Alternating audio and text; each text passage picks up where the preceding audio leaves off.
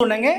जब आपकी जो बात है या जो आप सीखने आए हो तो वो आप लिख के दे देंगे। पहले ही बताया ना आपको, आपके किसी भी प्रश्न का उत्तर दिए बिना या आप अगर कुछ यहाँ लेने आए हो तो वो आपको दिए बिना आपको नहीं भेजा जाएगा।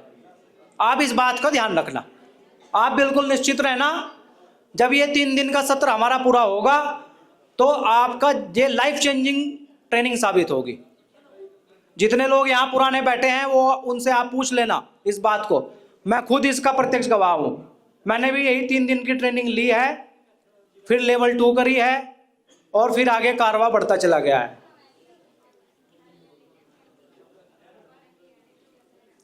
तो एक बार हम थोड़ा सा अपने आप को स्थिर कर लेंगे और अपना नारा लगाएंगे, जिससे इस हॉल को भी, इस भूमि को भी, हमको भी, आपको भी, सबको ऊर्जा मिले।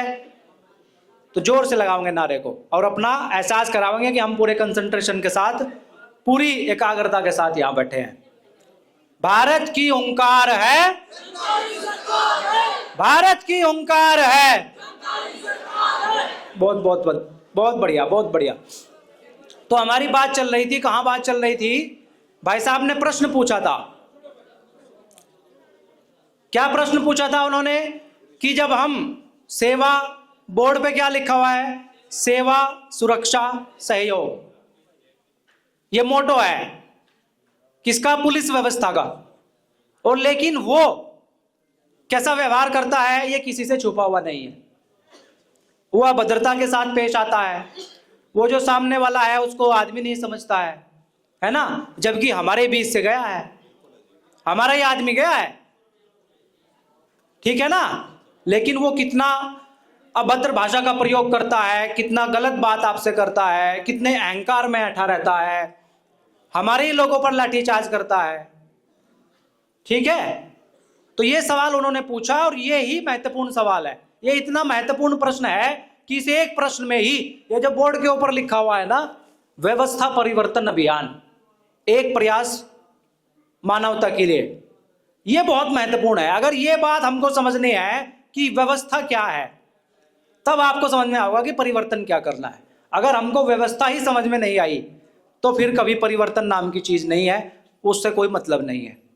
दूसरा वाक्य इस पर लिखा हुआ है, व्यक्ति निर्माण से राष्ट्र निर्माण। यह बहुत महत्वपूर्ण है कि व्यक्ति निर्माण से राष्ट्र निर्माण कैसे होगा। व्यक्ति निर्माण से राष्ट्र निर्माण, यह यहां आपको जानने को पता लगेगा। तो अब हम जो भाई साहब हम बात कर रहे थे, तो मैंने आपको बताने की जो मैं प्रयास कर रहा हूं वो ये कर रहा हूं कि अंग्रेजों के समय पर जब 1857 से पहले वो लोग यहां हैं, तब उन्होंने जो सरकार चल रही है इस देश में वो किस तरीके से चल रही थी, और 1857 के बाद फिर क्या बदलाव आया उनके कामकाज के तरीके में, और आज के पुलिस व्यवस्था से या आज जो पुलिस का व्यवहार है या सरकार के किसी भी विभाग का जो व्यवहार है लोगों के प्रति। एक कहावत है, क्या कहावत है? कि सरकारी नौकरी वाला व्यक्ति काम नहीं करने की तो लेता है तनख्वाह, और काम करने की रिश्वत। ये तब आपको समझ में आएगा कि आखिर ये ऐसा स्ट्रक्चर क्यों है, क्यों वो ऐसा बर्ताव करता है। किसी भी डिपार्टमेंट में आप चले जाओ, सरकार के जितने विभाग बने हुए हैं, चाहे वो पुलिस का विभाग हो, चाहे वो जो एडमिनिस्ट्रेशन का जो लोकल एडमिनिस्ट्रेटिव है, सिविल एडमिनिस्ट्रेटिव में सिविल एडमिनिस्ट्रेशन जिसे कहते हैं वो हो, चाहे कोई भी डिपार्टमेंट हो, शिक्षा का विभाग हो, चाहे न्याय तंत्र हो, है ना, कोई भी डिपार्टमेंट हो, वो वहां कोई काम होता क्यों नहीं है। तो वो हम बात कर रहे थे उस समय की, जब 1857 में मंगल पांडे को फांसी पर चढ़ा दिया और फिर एक क्रांति भारत के अंदर जन्म लिया जिसको अंग्रेजों ने सैनिक विद्रोह कहा। लेकिन वो भारत की सबसे बड़ी क्रांति थी उस समय की। सारे अंग्रेजों को भारत के लोगों ने मौत के घाट उतार दिया था। इक्का दुक्का कोई बचे थे, वो लंदन में अपने वतन गए और लंदन में जाकर के अंग्रेजों की संसद में उन्होंने उस क्रांति का वर्णन किया। उसके दस्तावेज, क्योंकि जब किसी भी देश की संसद में कोई बहस होती है या कोई बात होती है, वो सारी की सारी रिकॉर्ड होती है और लिखित में दर्ज होती है। उसकी लाइब्रेरी होती है तो वहाँ की जो लाइब्रेरी है, हाउस ऑफ कॉमन्स जो है अंग्रेजों का, इंडिया हाउस लाइब्रेरी, और वहाँ की जो लंदन की जो लाइब्रेरी है, वहाँ से वो दस्तावेज रखे हुए थे, वो राजीव भाई लेकर आए धर्मपाल जी उनकी मदद से। उसके आधार पर मैं आपसे बात कर रहा हूँ कि आप लोग फिर ये प्रश्न पूछोगे कि हाँ ये कहीं किताबें में तो है नहीं है, आप कहाँ से बता रहे हो? तो मैं वहाँ से बता रहा हूँ आपको। जो काम राजीव भाई ने किया, ये जो व्यवस्था परिवर्तन का जो शब्द है, और ये जब भारत के पटल पर जब इसको लिया जाता है, तो ये बात, व्यवस्था परिवर्तन की बात सबसे पहले राजीव भाई ने करी इस देश के अंदर। उनके नाम के बगैर इस देश के किसी भी क्रांति जो आगे भविष्य में होने वाली है, उनके नाम के बगैर, उनके आधार के बगैर वो संभव नहीं है। उनका इतना बड़ा योगदान इस देश के ऊपर है। और दुर्भाग्य की बात यह है कि हम आज भी बहुत से लोग उनके नाम को नहीं जानते। करोड़ों लोग जानते हैं, लेकिन आम जनमानस जो इस व्यवस्था को पलट सकता है, उन तक उनका पहुंचना अभी बाकी है। और जनता सरकार मोर्चा या हम लोग इसी काम को करने में लगे हुए हैं कि अंतिम आदमी, अंतिम पंक्ति में जो व्यक्ति खड़ा हुआ है, उस तक कैसे पूरी बात पहुंचे। ठीक है, तो वो उस समय उन्होंने क्या किया कि घोषणा कर दी कि हम अब यहां कंपनी का शासन नहीं चलाएंगे, अब हम यहां रूल ऑफ लॉ चलाएंगे, कानून का शासन चलाएंगे, और गवर्न करेगा उसको इंग्लैंड। तो ये फिर सबसे पहला जो कानून आता है इस देश के अंदर, अंग्रेज सरकार जो लेकर के आती है, उसका नाम है Indian police act. Indian police act ये लाया ही इसलिए गया था कि क्योंकि भारत में 1857 में क्रांति हो चुकी है, सारे अंग्रेजों को मार दिया है, जनता को कंट्रोल कैसे किया जाएगा, भविष्य में ऐसी क्रांति ना हो, अंग्रेजों के खिलाफ कोई विद्रोह या बगावत ना हो, अंग्रेजों का मतलब शासन, शासन के खिलाफ कोई विद्रोह बगावत ना हो, उसके लिए इंडियन पुलिस एक्ट लेकर के आए। इस इंडियन पुलिस एक्ट के माध्यम से ही सारी की सारी व्यवस्था को उन्होंने चलाया। कैसे चलाया कि वो क्या करते थे, आज भी आपको समझ में आ जाएगा कि उस समय क्या होता होगा। आज अगर आप अपनी बात को उठाते हो, कोई भी व्यक्ति, चाहे वो कोई भी बात है आपकी, किसी भी विभाग के विरुद्ध है या अपनी मांग को लेकर के है, तो आपका दमन कौन करता है? पुलिस, है ना। वो एक आदमी को उठाएगी और लेकर के चली जाएगी, आप पे लाठीचार्ज कर देगी, आपकी बात को दबा देगी, कुछ भी कर देगी। क्यों? क्योंकि उसको असीमित अधिकार दिए हुए हैं, अंग्रेजों के समय से दिए हुए हैं इंडियन पुलिस एक्ट के माध्यम से। क्योंकि उसके जो मूल है, उसको बनाया इसलिए गया है कि भारत के लोगों को हमको दबाना है। उनकी कोई भी बात हो, कोई भी हो, उनको इंडियन पुलिस एक्ट में प्रावधान है, right to offence, right to offence, right to defence नहीं है। मतलब कि वो आपको मार सकते हैं, पीट सकते हैं, आप उनके डंडे को भी नहीं पकड़ सकते हो। अगर आपने पुलिस वाले पर वापसी हाथ उठाया तो सजा आपको होगी, ना कि उसको। इसी कानून का विरोध किया था भगत सिंह ने, जब लाला लाजपत राय को साइमन कमीशन के दौरान लाठियों से पीटा उस समय पर, और सर पर लाठी मारी उसने जानबूझकर, जब वो विरोध कर रहे थे साइमन कमीशन का, तो तब लाला लाजपत राय की उसमें मृत्यु हो गई। फिर जब ये जो केस था, ये कोर्ट में गया, और भगत सिंह जैसा नौजवान जो उस समय 21-22 साल की उम्र का रहा होगा, उसके अंदर वो दर्द था, उसने कोर्ट में हियरिंग में वो था, तो साइमन कमीशन जो अधिकारी था, उसने क्या कहा कोर्ट के अंदर? उसने कहा कि साहब जज को, कि मैंने तो अपनी ड्यूटी की है, उसमें किसी भारत के व्यक्ति की मौत हो गई तो मैं क्या करूं। अब जज जो है, कोर्ट चलता है रूल ऑफ लॉ से, कानून के हिसाब से चलता है कोर्ट, उसे आपकी भावनाओं से, सत्य से असत्य से कोई मतलब नहीं है। कानून क्या कहता है? उसने कहा भाई कानून में तो यही है कि पुलिस का अधिकारी मार सकता है, कि वो ड्यूटी में हमारी बाधा दे रहे थे, हमारी ड्यूटी थी, मैंने अपनी ड्यूटी का पालन किया, उसमें उसकी मौत हो गई। तब भगत सिंह फिर निकला इस व्यवस्था का विरोध करने के लिए कि भाई ये व्यवस्था हमारे लिए नहीं है, हमारे दमन के लिए है, हमारे विरोध के लिए है। उस समय भगत सिंह की हैसियत क्या थी आपको अंदाजा नहीं है।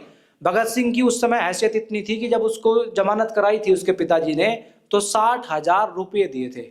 60,000 रुपये, नोट नहीं, इसको आप ध्यान से समझना बात को, क्योंकि ये लास्ट सेशन में आएगा कि 60,000 रुपया क्या चीज है, उस समय दिए थे। उस समय कितनी बड़ी हस्ती रही होगी। तो वो व्यक्ति निकला, तो फिर उसने आगे की घटना आपको पता है कि साइमन को जो अधिकारी था उसको गोली मारी, फिर उसके लिए उसको फांसी भी हुई वगैरह वगैरह। तो और आज जो पुलिस व्यवस्था है, आज हम 2024 का जो एंड होने वाला है, आज 27 तारीख है दिसंबर की, आज भी वही इंडियन पुलिस एक्ट बदस्तूर बिना कॉमा फुल स्टॉप बदले चल रहा है। भले ही उसका नाम आज कुछ भी कर दिया गया, आईपीसी को बदल करके अब बीएनएस वगैरह कर दिया गया है, लेकिन वो वहीं से लिया है पूरा का पूरा, और नए कड़े प्रावधान कर दिए गए हैं। जो पुलिस उस समय काम करती थी दमन का अंग्रेजों के लिए, आज वही पुलिस दमन का काम कर रही है काले अंग्रेजों के लिए, जो सत्ता के अंदर बैठे हुए हैं, जिनको हम नेता के नाम से जानते हैं देश के अंदर।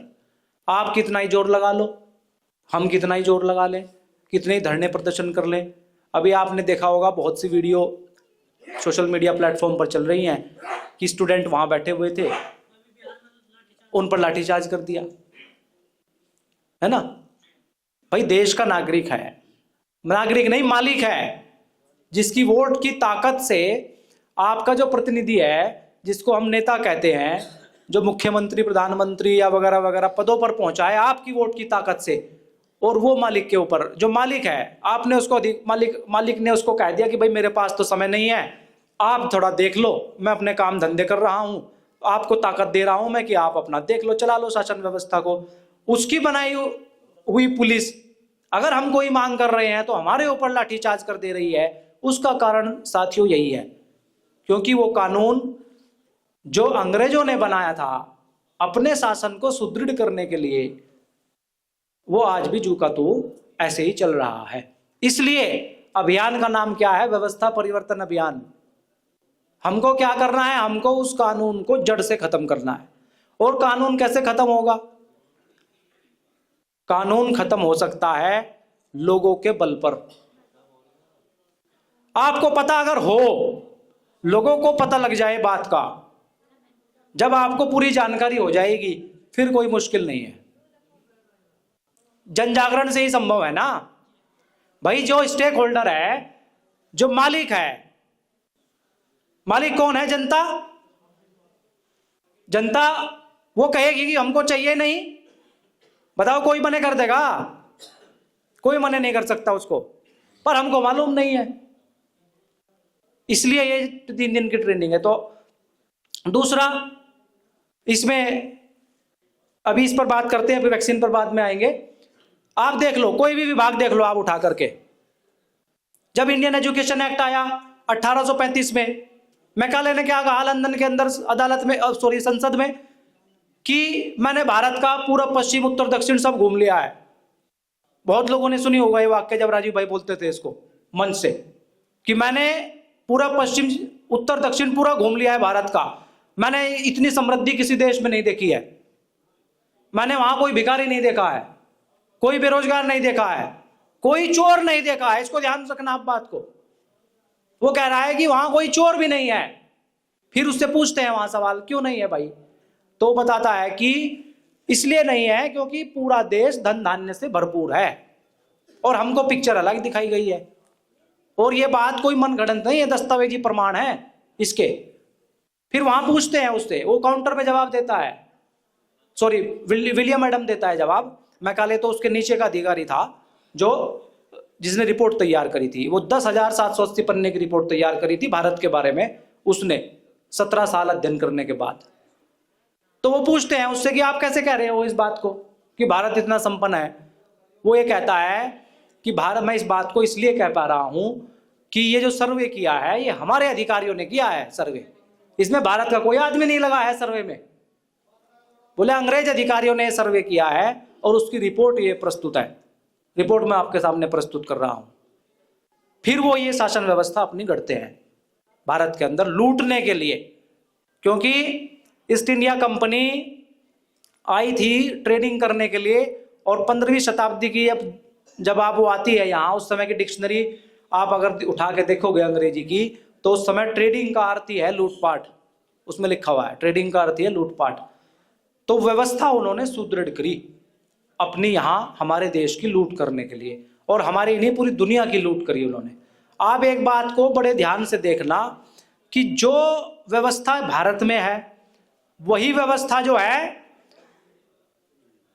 इंग्लैंड में थोड़ी अलग है, वही व्यवस्था मिलती जुलती पूरी दुनिया के अंदर है। वही आयरलैंड में है, वही फ्रांस में है, वही रशिया में है, वही चाइना में है, वही जर्मनी में है, वही श्रीलंका में है, वही पाकिस्तान में है, वही नेपाल में है। पूरी दुनिया के अंदर आपको थोड़ा बहुत ही अंतर मिलेगा। शिक्षा व्यवस्था वही जो यहाँ है।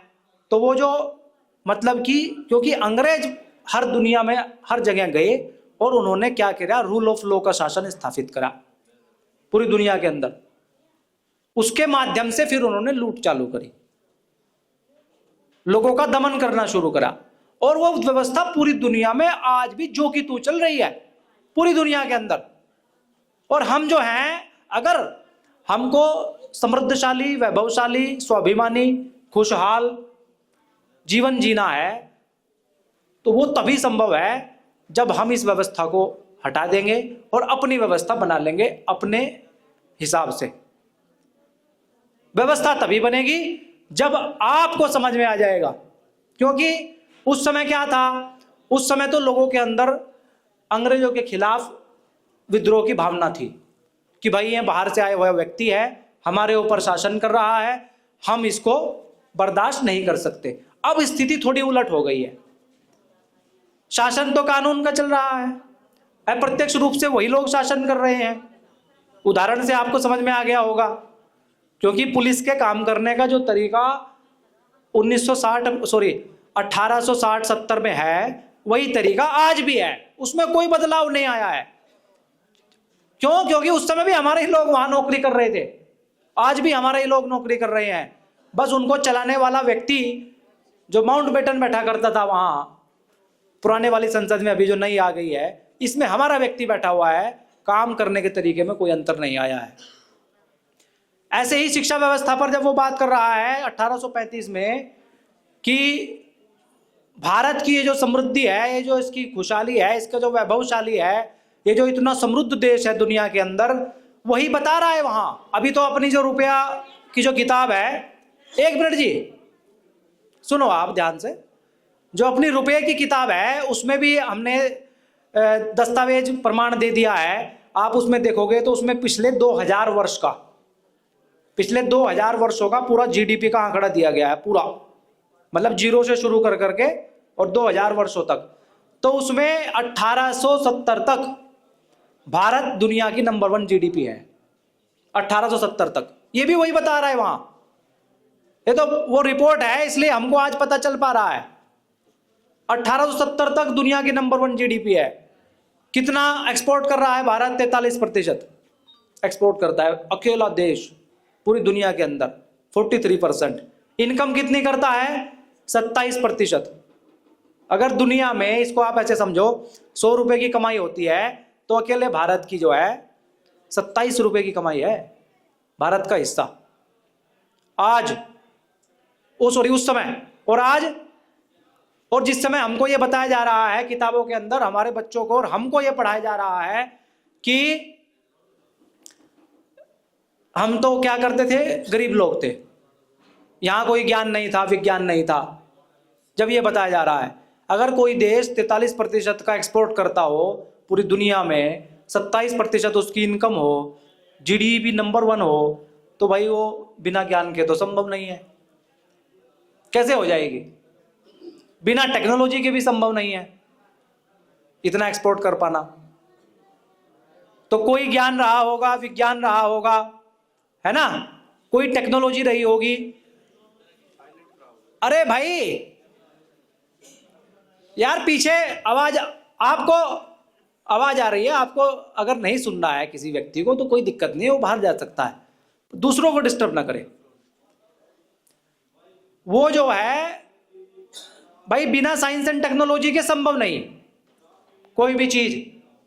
जब इतना बड़ा बनता है कोई देश तो वो कोई भी चीज बिना साइंस एंड टेक्नोलॉजी के संभव नहीं है। और भारत का जो मुकाबला है वो है चाइना के साथ। चाइना जो भारत के साथ मुकाबले में है वो दूसरे नंबर पर आए। चाइना भी उस समय बहुत समृद्धशाली देश है, उस समय इंग्लैंड की कहीं गिनती भी नहीं है, यूरोप की जिसको हम आज देखते हैं, और आज भी नहीं है गिनती, आपको समझ में आ जाएगा। उन्होंने क्या किया, डेफिनेशंस को चेंज कर दिया है, परिभाषा बदल दी, आप गरीब हो गए, वो अमीर दिखने लगे आपको। और जब कोई देश इतना बड़ा बनता है तो बिना साइंस एंड टेक्नोलॉजी के नहीं बन सकता, और साइंस एंड टेक्नोलॉजी बिना शिक्षा के नहीं आ सकती। किसी भी देश में उनका विकास होता है तो किसके माध्यम से, शिक्षा के माध्यम से, और शिक्षा बिना सिस्टम के नहीं, एजुकेशन का कोई सिस्टम होगा तब जाकर के हम लोग वहां तक पहुंचे थे। और ये 1-2 दिन का काम नहीं था, ये हजारों वर्षों का भारत की व्यवस्था थी। 2000 वर्षों में तो वो रिकॉर्ड ही है पूरा कि भाई हम इतने एक्सपोर्ट करते थे। वो ये भी पूरा पॉइंट आउट करता है कि क्या क्या एक्सपोर्ट करते थे। इतना तो सबने सुना ही है हमने कि भारत जो है वो मसालों का एक्सपोर्टर रहा है, इतना तो जानते ही है। हाँ, लेकिन और क्या क्या करते थे हम करते थे कपड़े का व्यापार। दुनिया का सबसे बेहतरीन फाइबर, दुनिया का सबसे बारीक बुनाई, दुनिया की सबसे अच्छी बुनाई भारत करता था उस जमाने में, जिस जमाने में दुनिया को कपड़े पहनने भी नहीं पता है उस समय पर। और ये तो मेरे पास, मैं इसका प्रत्यक्ष गवाह हूं, एक कपड़ा वो मेरे पास रखा हुआ है जिसको ढाका की मलमलिया वगैरह के नाम से हम जानते हैं, जो उसमें से निकल जाता है अंगूठी से, एक पूरा थान, वो चद्दर है मेरे पास जो अंगूठी से निकल जाती है आज भी। तो ये इतना वो करता था, उससे हमको स्वर्ण मिलता था वजन के बराबर, कपड़े के वजन के बराबर सोना हम कमाते थे। फिर वो कहता है कि और क्या कर रहा है भाई एक्सपोर्ट, जो छोटी ईंट है ना जिससे किले बने हुए हैं, उनकी मिनिमम लाइफ 500 साल है, आज भी खड़े हुए हैं सबके सामने।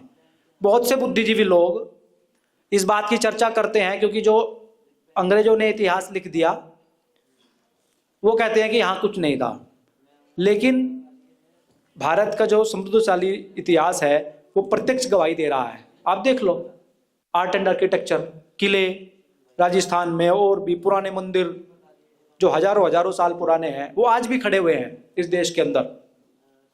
लेकिन उन्होंने मैनिपुलेटिंग क्या किया, उसने यही प्रस्ताव दिया था मैकाले ने कि हम इस देश को गुलाम नहीं बना सकते। इसलिए नहीं बना सकते क्योंकि जब कोई इतना धन धान्य से परिपूर्ण होते हैं लोग, तो उनका स्वाभिमान बहुत ऊंचा होता है। आप देखो, अगर आपका काम अच्छा चल रहा हो, आपके पास 2 पैसे अच्छे हों, तो आपका स्तर ऊंचा उठ जाता है,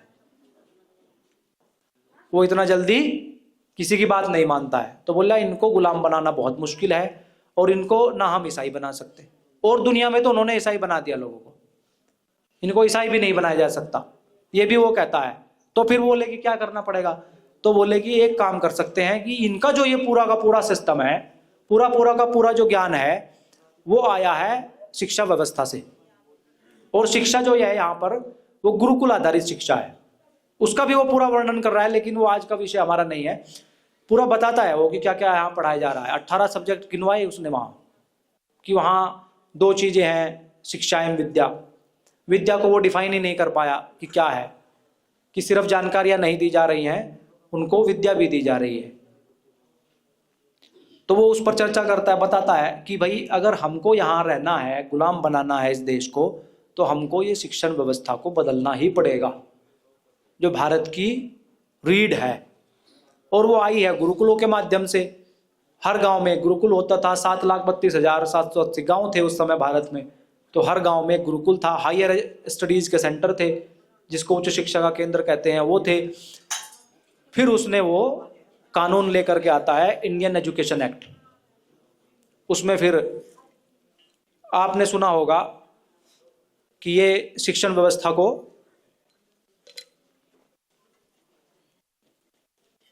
बदलने के लिए उसने वहां से वो शुरू करता 1835 में।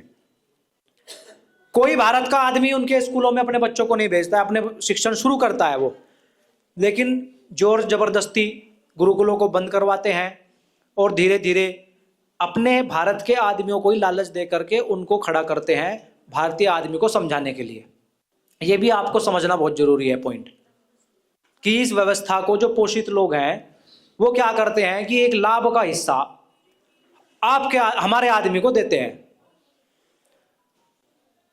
और हमारा आदमी फिर, क्योंकि मैं आपको कन्विंस कर सकता हूं, सारों को नहीं कर पाऊंगा, कुछ लोगों को कर लूंगा, उनके फिर उनका कोई रिश्तेदार है, दोस्त है, प्यारा, उसका प्रभाव है, वो दूसरों को कन्विंस कर लेगा।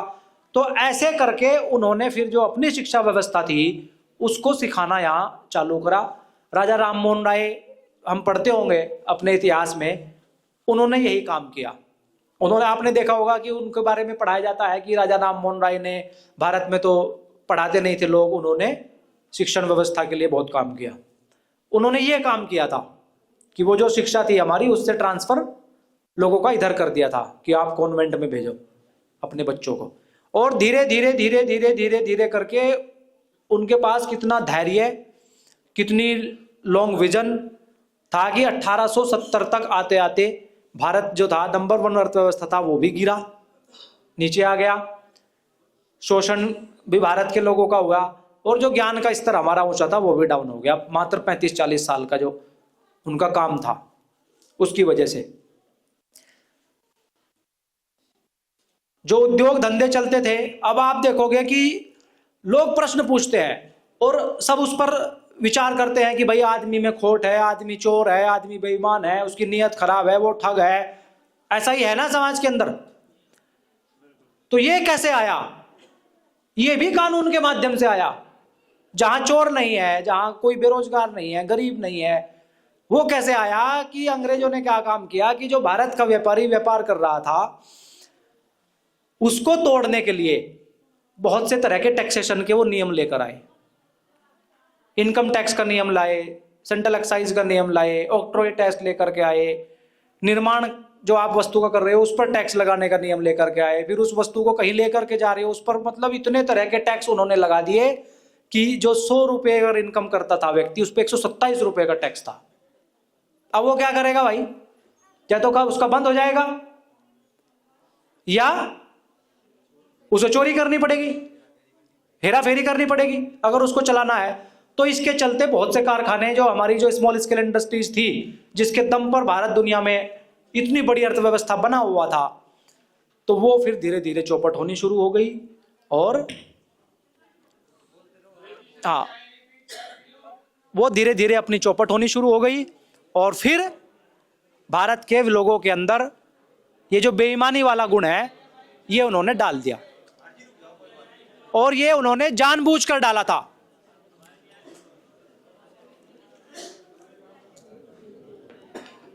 जानबूझकर, इसलिए सुनो, आप आवाज आ जाएगी पीछे तक, आप शोर करना बंद करेंगे तो आवाज आ जाएगी, क्योंकि जो है ना फिर सत्र लंबा भी नहीं चल सकता, उसको रोकना पड़ेगा।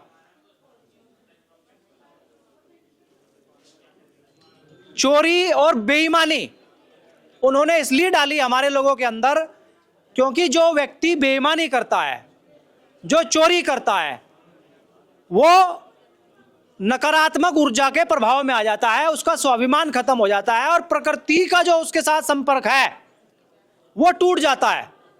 जैसे ही वो संपर्क प्रकृति का कटेगा तो हर स्तर में गिरावट आएगी व्यक्ति के, उसके ज्ञान में, उसके सोचने में, उसके स्वास्थ्य में, उसके भाईचारे में, सब चीजों में गिरावट आएगी जैसे ही चोरी और बेईमानी हमारे अंदर प्रवेश करेगी। उनका ध्येय ही यही था अंग्रेजों का कि हमको भारत के आदमी के जो स्वाभिमान है, जो इसकी जो गुणवत्ता है, इसका जो सोचने की क्षमता है, इसके अंदर जो ईमानदारी है, सत्यता है, इसको खत्म करना है। और जैसे ही ये खत्म होगा वो ऑटोमेटिक डाउन आ जाएगा, और फिर जिसका स्वाभिमान नहीं होता उसको गुलाम बनाना आसान है। इसलिए वो इसको लेकर के आए। और आज आप देख रहे हैं कि इस कानून के कारण बेईमानी भी है, ठगी भी है, चोरी भी है, सब कुछ है, क्योंकि कानून वही चल रहा है आज भी जो का तो।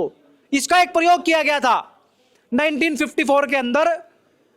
गुलाम अली जम्मू कश्मीर में मुख्यमंत्री बने, वहां पर उन्होंने कहा कि जो भारत की फिलॉसफी है आचार्य चाणक्य की, वो फिलॉसफी ये है कि आप 5% से ज्यादा कर या टैक्स मत लगाओ। उन्होंने कहा भाई मैं अपने राज्य में जम्मू कश्मीर में ये करूंगा, मैं 5 से 10% ही टैक्स लगाऊंगा और इसके बाद टैक्स मैं ज्यादा नहीं लगाऊंगा। तो उस समय के जितने भी इकोनॉमिस्ट थे, अर्थशास्त्री जो अपने आप को कहते हैं, है असल में वो क्या है, अनर्थशास्त्री। तो जो वो जो कहते थे उन्होंने किसी की नहीं मानी, उन्होंने 5% कर लगाया, टैक्स लगाया। उसके माध्यम से आप हैरान हो जाओगे, उनको ये कहा गया था कि आप सरकार का खर्चा नहीं निकाल पाओगे इतने कम टैक्स में। तो जो उनका टैक्स का जो कलेक्शन था उनके स्टेट का उस समय पर, जैसे ही उन्होंने 5% किया 300% टैक्स बढ़ गया। मतलब कि जो इनकम थी सरकार की टैक्स के माध्यम से वो 300% ज्यादा हुई। कैसे? क्योंकि जो ब्लैक और व्हाइट मनी का जो कंसेप्ट है वो है ही इनकम टैक्स की वजह से। राजीव भाई एक बात कहते थे हमेशा कि आप इनकम टैक्स को खत्म कर दो, ब्लैक और व्हाइट कुछ नहीं रहेगा। क्योंकि मनी, पैसा पैसा है, वो ना सफेद होता ना काला होता। जिसका हिसाब सरकार के पास है उसको वो सफेद कहती है, जिसका हिसाब नहीं है उसको वो काला कहती है। तो वहां पर जो टैक्स की चोरी कर रहे थे, जो लोग टैक्स नहीं दे रहे थे ज्यादा टैक्स के कारण, सब ने टैक्स दिया और ज्यादा से ज्यादा उद्योग लगाए वहां पर, उस समय पर, उनके समय पर। तो इसलिए उनकी आमदनी बढ़ी। क्योंकि कोई भी व्यक्ति, आप पूछ लेना, कोई भी व्यक्ति चोरी, ठगी, बेईमानी नहीं करना चाहता। भाई कोई व्यक्ति क्यों अपना यार फजीता करवाना चाहेगा? कोई व्यक्ति बेईमान होना नहीं चाहता है समाज के अंदर, वो ईमानदार होना चाहता है,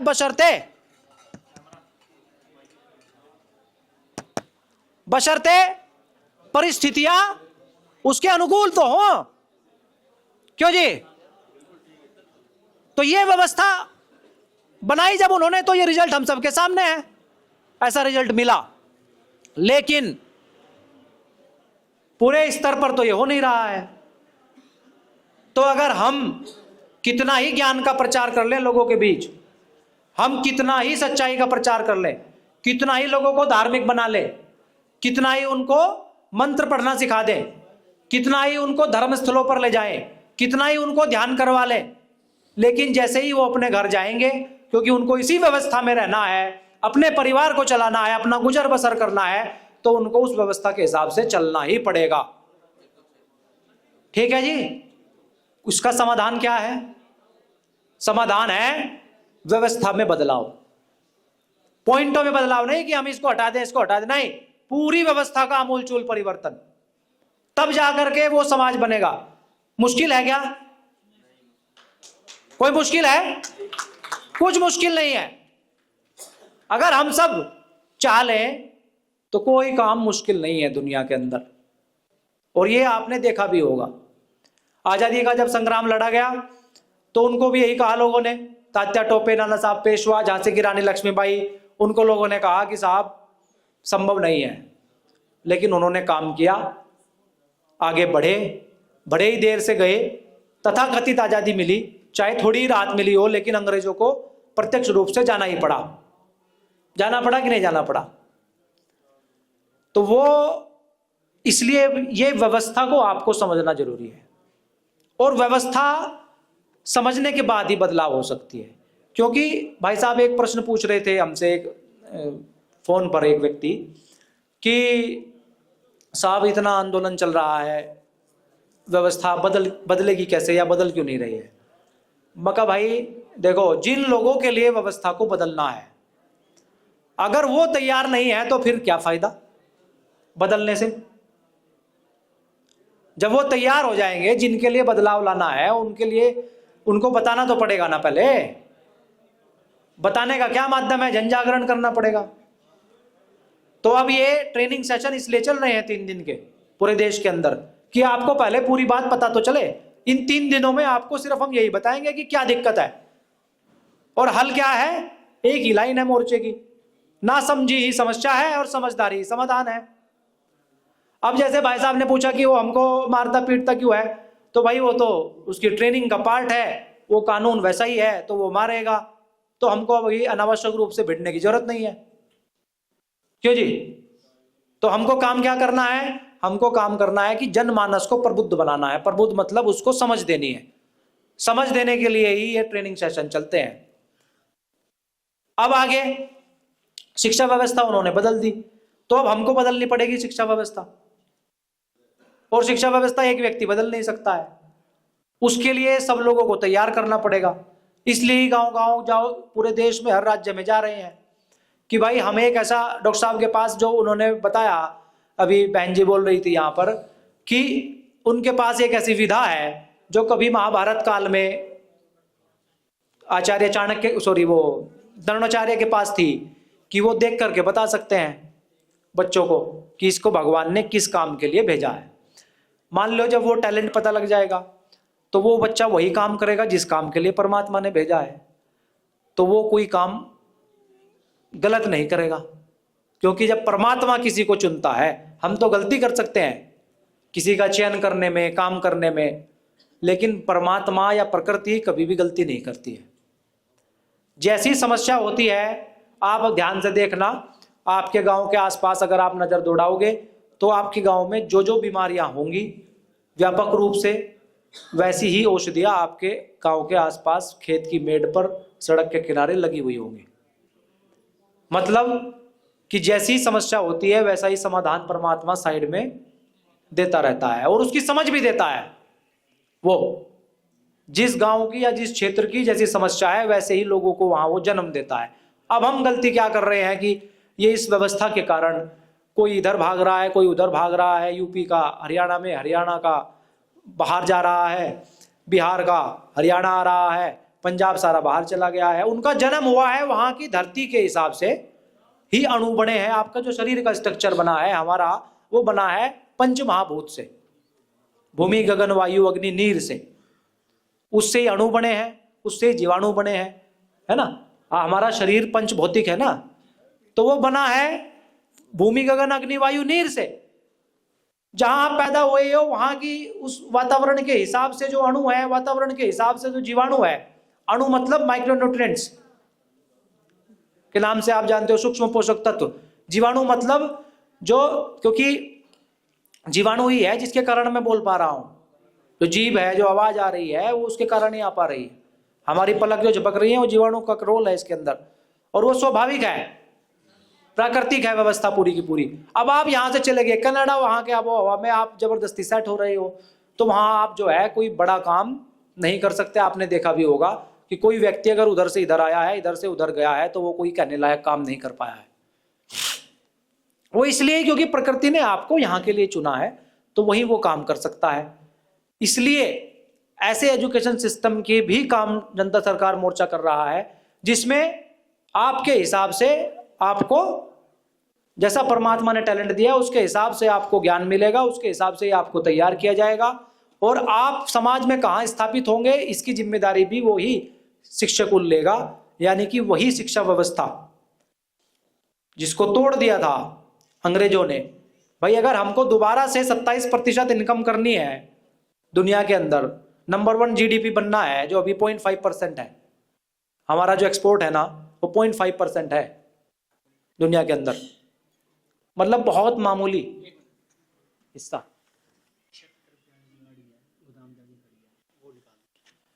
जिसकी भी गाड़ी नंबर 7642 है वो गोदाम के सामने खड़ी है, वो वहां से आप हटा दो कृपया कर करके, उनको किसी और को परेशानी ना हो। तो ये व्यवस्था को तोड़ा शिक्षा के माध्यम से। मैंने आपको समझाया एक बात कि भारत जो ज्ञान में, विज्ञान में, साइंस टेक्नोलॉजी में और अर्थव्यवस्था में वो नंबर 1 पे था, तो वो इस शिक्षा व्यवस्था के कारण था। दोबारा इसको बनाना है तो फिर वो शिक्षा व्यवस्था तो हमको लानी पड़ेगी ना, लानी पड़ेगी कि नहीं लानी पड़ेगी। और जो शिक्षा व्यवस्था है उसको लाने के लिए 1-2 दिन का काम है, नहीं है। तो हमको पेशेंस के साथ, धैर्य के साथ, लॉन्ग विजन के लिए, लंबी लड़ाई के लिए चलना है। और लंबी लड़ाई कौन लड़ सकता है? लंबी लड़ाई लड़ सकते हैं समझे हुए लोग। आपको समझ ही नहीं है, आपको अगर बहका करके, आपको कोई लालच दे करके आपको अपने साथ लगा लिया जाएगा तो फिर मामला डिस हो जाएगा। जितने भी संगठन बने, इतने संगठन बने, इतनी पॉलिटिकल पार्टियां बनी, वो इसलिए ही नहीं कर पा रही हैं क्योंकि वो समझ लोगों को नहीं देते हैं। लोगों बहकावेवश भावावेश में किसी के साथ लग जाते हैं और फिर मजबूरीवश उनको ढोना पड़ता है। लेकिन जब निर्माण का कारवां चलता है तो उसमें समझे हुए लोगों की जरूरत पड़ती है, और समझे हुए लोग कहीं बैठे हुए तो है नहीं है, उनको तैयार करना पड़ेगा। तैयार करने के लिए कोई माध्यम बनाना पड़ेगा, चाहे वो शिक्षा का माध्यम हो, चाहे वो ट्रेनिंग का माध्यम हो। ये बात जो मैं आपको बता रहा हूं, ये बातें आपको बताई जानी चाहिए थी स्कूल के माध्यम से, कि हमारी जो पीढ़ी निकल कर आती तो वो पूरी स्वाभिमानी और पूरा वो सीख करके आती, और फिर क्योंकि उन्हीं को नागरिक होना है, जो विद्यार्थी है उसको ही तो कल को समाज का अग्रणी स्थान लेना है, उसी को तो समाज में स्थापित होना है, वही तो फिर शादी होगी, परिवार चलाएगा, क्यों जी। और उसको हम क्या सिखा रहे हैं? नौकर बनने के लिए। क्यों? क्योंकि अंग्रेजों को अपनी व्यवस्था चलाने के लिए क्लर्क की जरूरत थी, क्लरिकल सिस्टम चाहिए था उनको, कि भाई हमको ज्यादा होशियार लोग नहीं चाहिए, हमको चाहिए कि कौन, हमको क्लर्क लोग चाहिए। वही उन्होंने तैयार कर दिए, है कि नहीं है? फिर कुछ जब इतनी बड़ी व्यवस्था को लूटना है तो उसके लिए कुछ हिस्सा देना पड़ेगा कुछ लोगों को, तो उसके लिए फिर उन्होंने इंडियन एडमिनिस्ट्रेटिव सर्विस चालू करी। उसमें जो अभी हम उसको डीएम कहने लगे हैं, उसको पहले कहते थे कलेक्टर या कमिश्नर। उसका काम क्या था? उसको सैलरी नहीं मिलती थी, उसका काम था कि वो जो लूट होगी उस जिले में, उसका लूट का हिस्सा कुछ वो रख लेगा अपने पास और ज्यादा हिस्सा ऊपर भेजेगा। उसको वो कैसे चलेगा, उसके लिए उन्होंने नियम बना दिए कि ये होगा, फलाना होगा, ढिमका होगा, ये होगा। तो वो व्यवस्था आज भी चल रही है, जनता उसके सामने सर झुकाए खड़ी है ना। एक मेरा दोस्त है, वो मुझसे, मैंने उससे पूछा, वो पीसीएस की तैयारी कर रहा है, मध्य प्रदेश का है, उससे मेरी बात हो रही थी। पहले बैंक में वो मैनेजर के पद पर था, वो नौकरी करता था, उसने छोड़ के वो पीसीएस का प्री मेन 2-3 निकाल दिए उसने। तो उससे बात हो रही थी मेरी, तो मैं उससे पूछ रहा था कि अच्छा तू ये बता कि 0 से लेकर के 1870 तक दुनिया में नंबर 1 कौन रहा? तो बोले भारत रहा, नंबर 1 भारत रहा। मैं कहा ठीक है। तो मैं कहा अब ऐसा क्या हो गया है कि हम इतना नीचे आ गए हैं? तो वो कहता है कि अब जब से इंडस्ट्रियलाइजेशन का दौर आया तब से हम उसमें compete नहीं कर पाए, हम पिछड़ते चले गए। मैंने कहा ठीक, इंडस्ट्री कौन कौन सी है? वो बोला कि इंडस्ट्री है, जो भी इंडस्ट्री के नाम उसने गिनवाए, तेल है ना, प्लास्टिक है, लोहा है, फलाना फलाना। मैंने कहा अच्छा एक बात बताओ, दुनिया में सबसे ज्यादा प्राकृतिक संसाधन किसके पास है?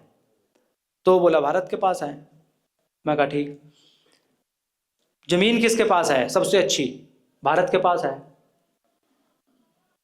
जिस देश के पास, फिर उससे मैंने पूछा तो मैं कहा दिक्कत कहाँ है फिर? तो वो जवाब नहीं दे पाया। फिर क्यों हम नहीं है? मैंने उसको कहा, मगर हम इसलिए नहीं है क्योंकि उन्होंने डेफिनेशन को बदल दिया, अंग्रेजों ने। कैसे बदल दिया? अभी आप देखना, ध्यान से सुनना आप, कि एक राज्य है भारत का झारखंड, उसको लगभग बिहार झारखंड को हम गरीब राज्यों में गिनते हैं, लेकिन उसके पास प्राकृतिक संसाधन इतने हैं कि वो यूरोप के 17 देशों को खरीद सकता है, अकेला झारखंड। और लेकिन सबसे गरीब खंड के लोग, झारखंड नहीं, झारखंड के लोग। आज भी मेरे से सवाल पूछा था यूनिवर्सिटी के अंदर प्रोफेसर ने कि बताओ भारत क्या है? वो फिर एक पूछ रहा है ऐसे ही कि भाई भारत तो गरीब देश। मैंने कहा सही करो इस वाक्य को, देश गरीब नहीं है, देश तो अमीर है, लोग गरीब हैं। भाई क्या है अमीरियत की भाषा? आपके पास मिट्टी अच्छी होनी चाहिए, खेती लायक मिट्टी अगर किसी देश के पास है तो भारत के पास है। आप सर्च कर लेना, जिसकी जमीन इतनी मुलायम हो, जिसमें हर गांव के अंदर, भारत के हर गांव के अंदर 2000 से ज्यादा वस्तुएं पैदा हो सकती हैं, 2000 से ज्यादा। वो अलग बात है कि हम 8-10 ही कर रहे हैं, लेकिन एक लिस्ट अगर आप बनाओगे तो 2000 से ज्यादा वस्तुएं। क्या नंबर था? टाटा नेक्सॉन है भाई साहब, वो गाड़ी हटा दो, जिसकी भी है, बाहर होगा कोई व्यक्ति वो, क्योंकि यहां होता तो चला जाता। ट्रक निकालना है वहां गोदाम से, टाटा नेक्सॉन जिसकी गाड़ी है वो वहां से हटा दो। तो वो मिट्टी में, भारत के गांव की मिट्टी में 2000 से ज्यादा वस्तुएं पैदा हो सकती हैं एक गांव में, और यूरोप अमेरिका में 2-3 वस्तुएं पैदा होती हैं, क्योंकि वहां एक ही मौसम है, ठंड और भयंकर ठंड, दूसरा कोई मौसम नहीं है, इसलिए वहां जीवन जीना आसान नहीं है। जनसंख्या की वृद्धि वहीं होती है जहां जीवन जीने की परिस्थितियां हो, अनुकूल हो। तो वहां साइंस एंड टेक्नोलॉजी भी वैसा ही विकसित होता है जैसी देश की आबोहवा होती है। मिट्टी कड़क है तो मिट्टी को खींचने के लिए वहां उनको क्या करना पड़ेगा कि वहां कोई बैल हल नहीं खींच सकता, क्योंकि ठंड बहुत ज्यादा है। ठंड होने के कारण कॉम्पैक्टनेस बहुत ज्यादा है, और जब ज्यादा ठंड होती है ना तो बैक्टीरिया, जिसको जीवाणु कहते हैं, वो भी नहीं पनपता खेती के लिए। तो वो मिट्टी कड़क होगी क्योंकि बैक्टीरिया ही है जो मिट्टी को मुलायम बनाता है। वो भी नहीं होगी तो उनको खींचने के लिए मशीन की जरूरत पड़ेगी, और 10-20 हार्स पावर की मशीन खींच देगी क्या? नहीं, 100 हार्स पावर के ट्रैक्टर है वहां। और हमारा आदमी क्या करता है पंजाब का, क्योंकि वो ज्यादा है बाहर, तो वहां देखते हैं कि यार यहां तो ऐसे होता है, बड़ी बड़ी मशीन है। आपने देखा होगा कि कंपाइन ले जाते हैं ना लोग,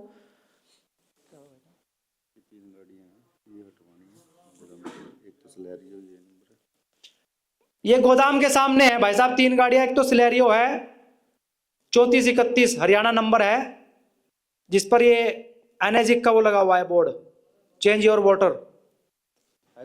कोई यहाँ है साथी? तो वो गाड़ी हटा दीजिए वहां से, और एक वो जो नेक्सॉन है वो हटा दीजिए। वो हैरियर हैरियर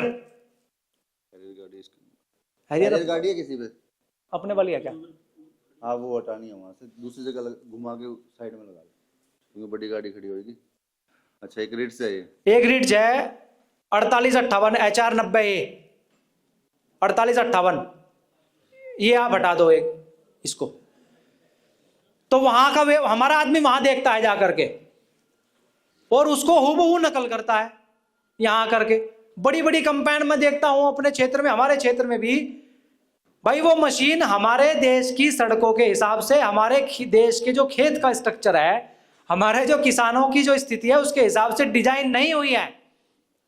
उनको हम जबरदस्ती इंपोर्ट करके ले आए हैं, और हमने उसको क्यों ले आए हैं? वो इसलिए ले आए हैं क्योंकि हमने उसको बेहतर मान लिया है। यही तो किया है ना शिक्षा के माध्यम से। जब हमको ये मालूम होगा कि हम जो बैल से खेती करते थे वो इसलिए करते थे क्योंकि मिट्टी बहुत मुलायम है, तो बैल हल खींच सकता है, आराम से खींच सकता है, हमको मशीन की जरूरत नहीं थी।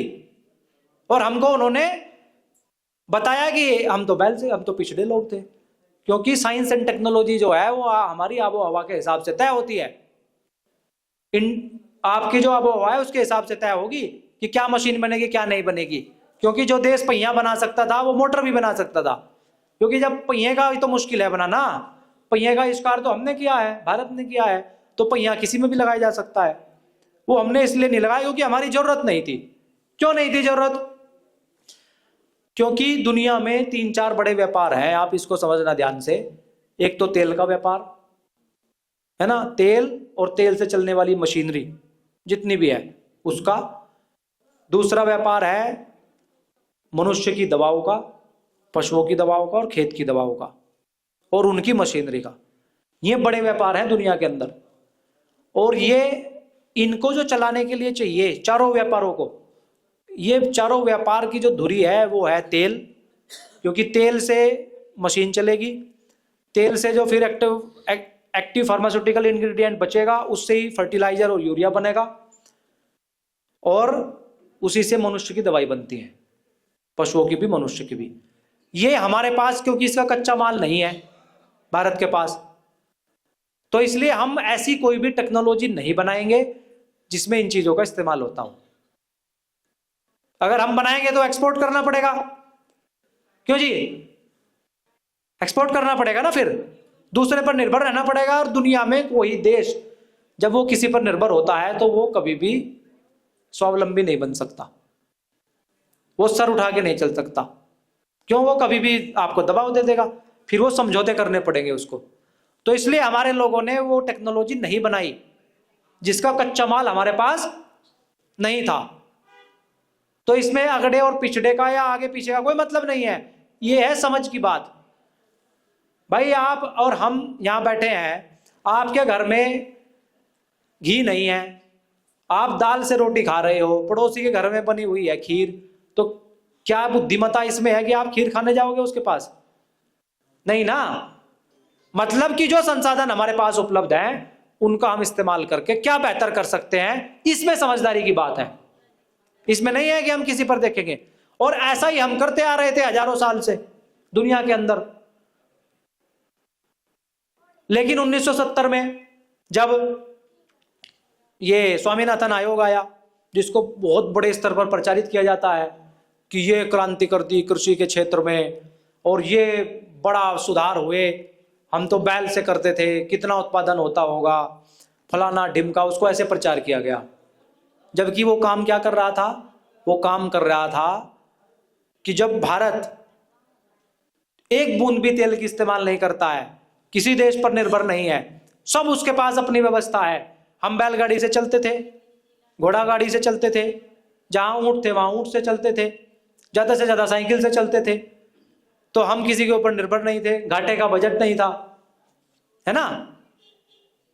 और आज स्थिति उलट हो गई, क्योंकि 1970 के बाद से ये कहानी पलटनी उन्होंने शुरू करी। क्यों करी? क्योंकि जो अंग्रेज भी नहीं कर पाए थे अपने शासनकाल के दौरान, वो इसलिए नहीं कर पाए थे क्योंकि हम अपने गांव की व्यवस्था को हमने नहीं छोड़ा था। वो इसलिए नहीं छोड़ा था क्योंकि हमको पता था हमारे बुजुर्गों को कि ये नाश करने के लिए आए हुए हैं।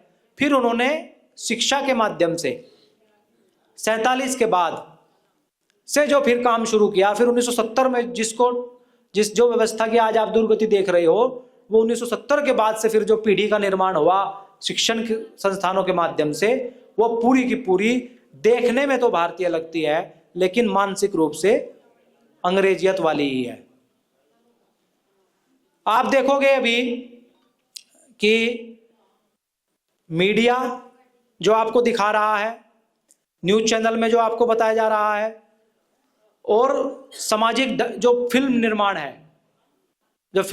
है, वो पूरे के पूरे तंत्र, उसका काम सिर्फ एक ही है कि वो आपको बर्बाद करने पे तुला हुआ है।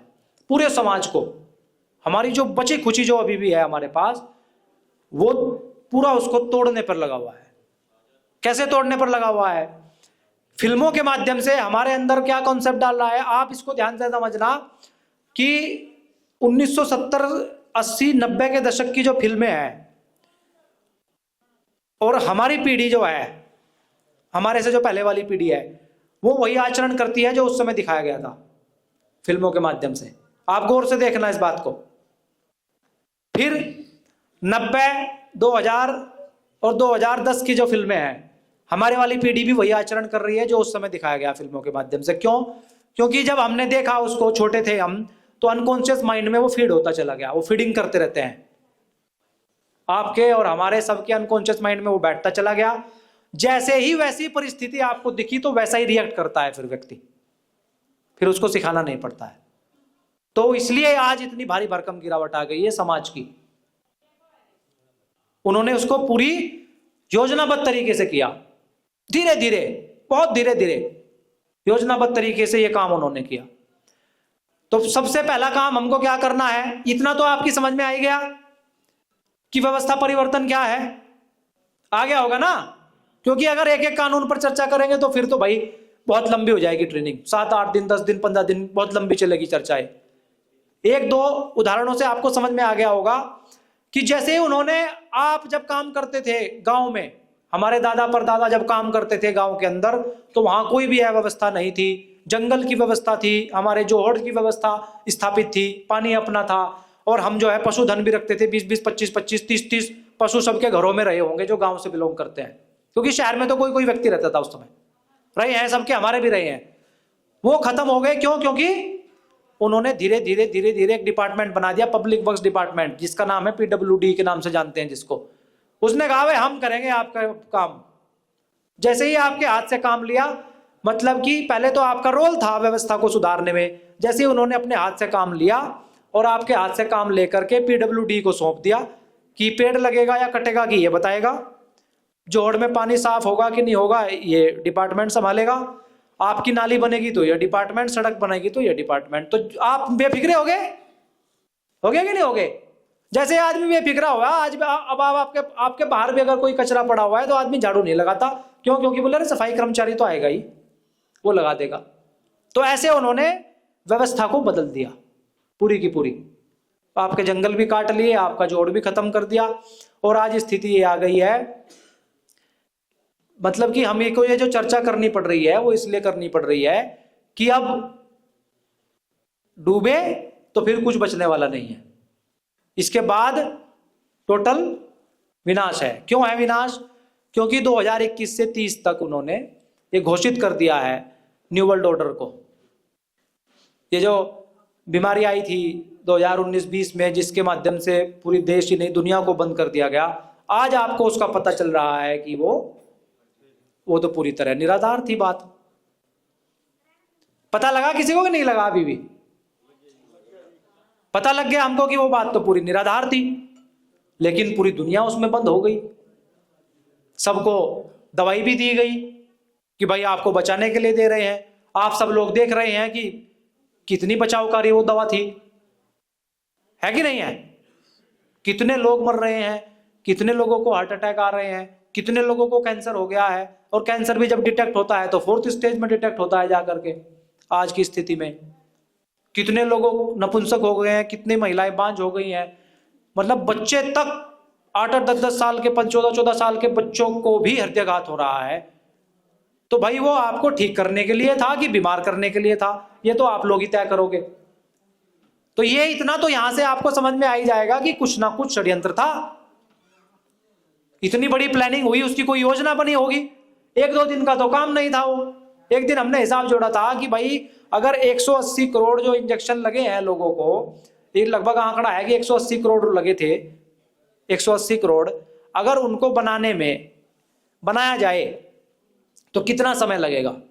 अगर 1 सेकंड भी लगती है एक इंजेक्शन को बनाने में, 1 सेकंड, आप हिसाब जोड़ो, एक इंजेक्शन को बनाने में अगर 1 सेकंड लगती है तो एक दिन में कितने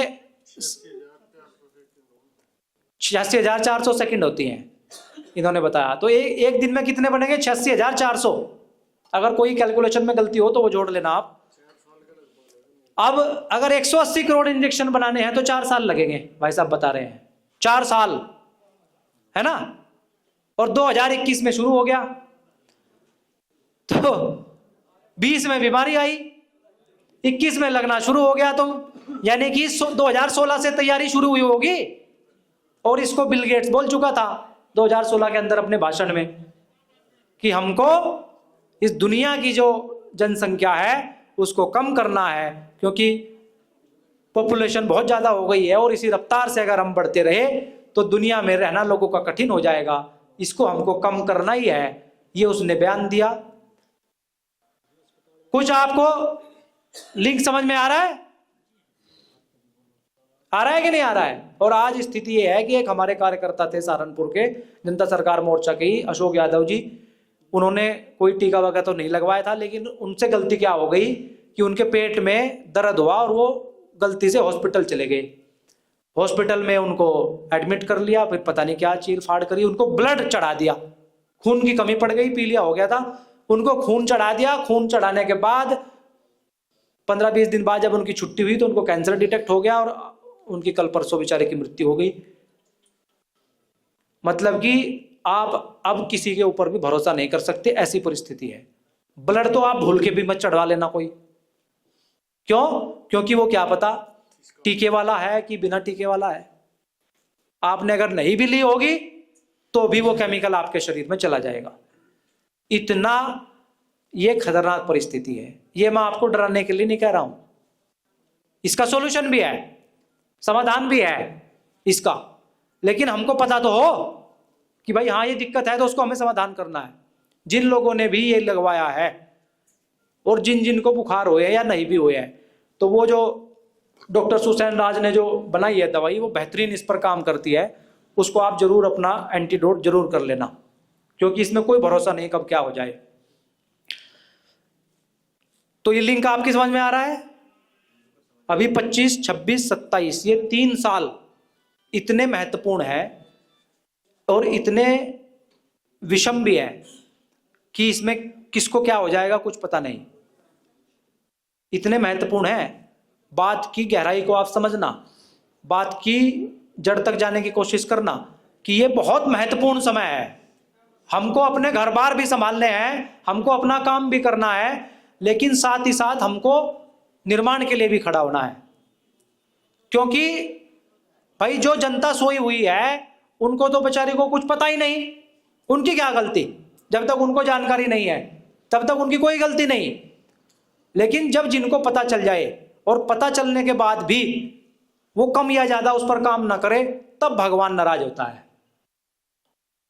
भगवान कृष्ण से जब सवाल पूछा भीष्म पितामह ने कि ये तो पता है कि भाई युद्ध होगा और ये भी मालूम है कि आप जीतोगे क्योंकि सत्य की जीत होती है, तो लेकिन ये जो इतने निरपराध लोग हैं सेना के अंदर, इनको क्यों सजा देनी, भीष्म पितामह ने पूछा। तो भगवान कृष्ण ने एक उत्तर दिया था कि जब द्रौपदी का चीरहरण हो रहा था तब कोई बोला नहीं, जब उनको अज्ञातवास दिया गया, उनके साथ अन्याय हुआ, अत्याचार हुआ, तो वो बोला नहीं कोई भी। एक व्यक्ति बोला, विदुर, और आप जानते हैं इतिहास में वही बचा था। तो भगवान को सबसे ज्यादा गुस्सा, सबसे ज्यादा नाराजगी तभी होती है कि जब आप विरोध के खिलाफ, अत्याचार के खिलाफ, असत्य के खिलाफ अपने अपने सामर्थ्य के हिसाब से खड़े नहीं होते हैं।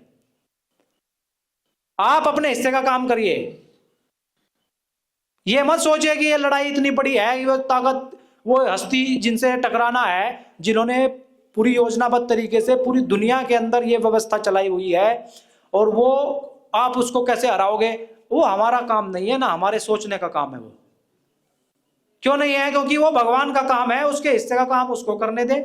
हमारे साथ दिक्कत क्या है कि उसके हिस्से का काम भी हम करना चाहते हैं।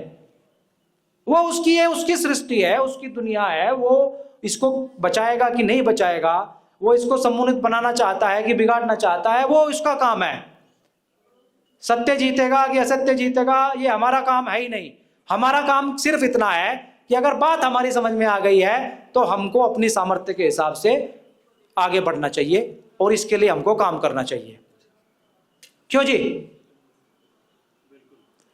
तो अब ये जो आज की चर्चा है, कितना समय हो गया? 6:15 बज गए हैं। तो इसको यहां हम आज की चर्चा को विराम देते हैं और फिर इससे आगे की चर्चा हम कल करेंगे। ठीक है जी? आपने बहुत ध्यानपूर्वक सुना और आप सब लोग बहुत दूर दराज से यहाँ आए हैं।